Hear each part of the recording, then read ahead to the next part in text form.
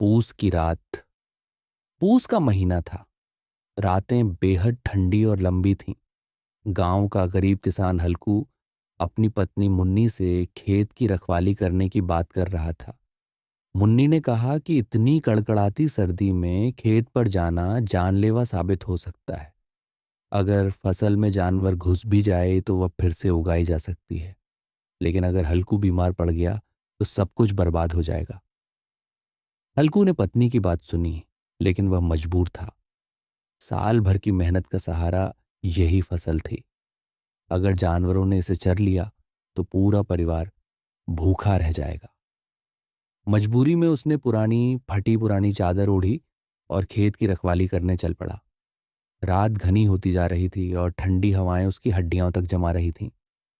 खेत पर पहुंचकर उसने लकड़ियां इकट्ठी की और आग जलाने की कोशिश की, मगर लकड़ियां गीली थीं। धुआं उठा, लेकिन आग नहीं जली। ठंड से कांपता हल्कू बार बार खुद को समेटने की कोशिश करता। कभी बैठता, कभी उठकर चक्कर लगाता, मगर ठंडी हवाओं से राहत नहीं मिली। उसका वफादार कुत्ता जबरा भी साथ था। वह भी ठिठुर रहा था। हल्कू उसे देखकर बोला, क्या जबरा, सह लो भाई, गरीब की यही किस्मत है। किसान और कुत्ता दोनों ठंड से बेहाल हो रहे थे, मगर मदद करने वाला कोई नहीं था। आधी रात होते होते हल्कू की हिम्मत जवाब दे गई।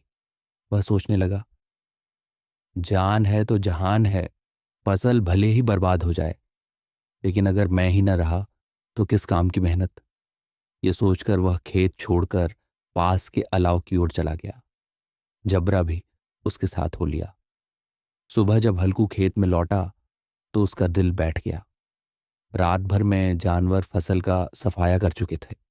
उसकी साल भर की मेहनत मिट्टी में मिल चुकी थी। हल्कू ने उजड़े खेत को देखा और भारी मन से बैठ गया। यह थी गरीब किसान की त्रासदी। उसके लिए असली संघर्ष भूख या गरीबी से नहीं, बल्कि जीवन और मौत के बीच की जद्दोजहद से था। दोस्तों, यही थी मुंशी प्रेमचंद की मशहूर कहानी, पूस की रात। यह हमें सिखाती है कि गरीब की असली लड़ाई भूख या गरीबी से नहीं, बल्कि जीने की जद्दोजहद से होती है। अगर यह कहानी दिल को छू गई हो तो लाइक और शेयर करें और चैनल को सब्सक्राइब करना न भूलें।